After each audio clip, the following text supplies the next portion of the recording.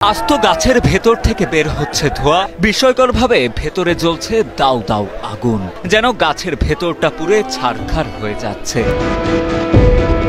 এ আগুন এমনই আগুন, খোদ ফায়ার সার্ভিসের কর্মীরাও এসে নেভাতে পারেননি তা।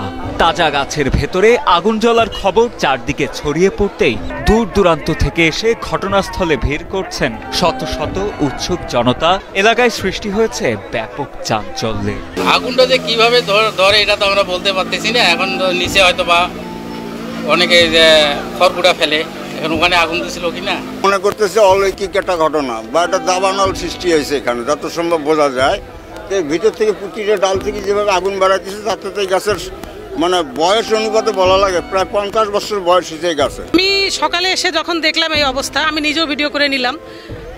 নিয়ে অনেকে আবার বলতেছে যে আসলে এগুলো মানুষের লাগানো আগুন, কারণ এই গাছটা অনেক পুরাতন, তো অনেক পুরাতন গাছের দেখা যায় যে বাইরে গাছপালা অনেক, কিন্তু ভেতরের অংশটা অনেকটা শুকায়ে গেছে। শুকায় যাওয়ার কারণে আগুনটা হয়তোবা বিভিন্ন কাণ্ড দিয়ে বের হচ্ছে। 1 জুলাই শতবর্ষী করাই গাছ থেকে আগুন বেরোনোর ঘটনাটি ঘটে কুড়িগ্রাম চিলমারী উপজেলার রমনা রেল স্টেশন চত্বরে। স্থানীয়রা জানান, সকালে বিশাল গাছটি থেকে ধোঁয়া বের হতে দেখেন অনেকে। কাছে গিয়ে দেখেন মাটি থেকে প্রায় 10-12 ফুট ওপরে শতবর্ষী ওই গাছের বিভিন্ন ডালের ভেতর থেকে দাউ দাউ করে জ্বলছে আগুন।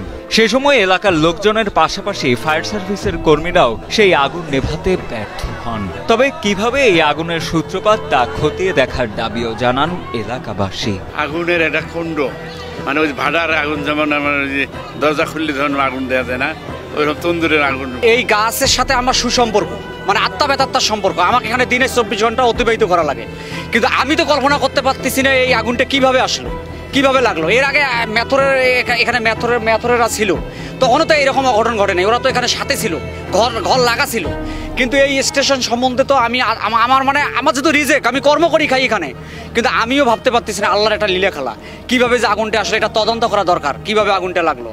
কারণ এইভাবে যদি আরেক গাছে ফির আগুন লাগে, আরেক গাছে আগুন লাগে, এইভাবে আপনারা আসছেন, আপনাদের কাছে আমাদের রিকোয়েস্ট, আপনারা সুষ্ঠু তদন্ত করেন কিভাবে আগুনটা লাগলো, এটার আমরা একটা তদন্ত চাই।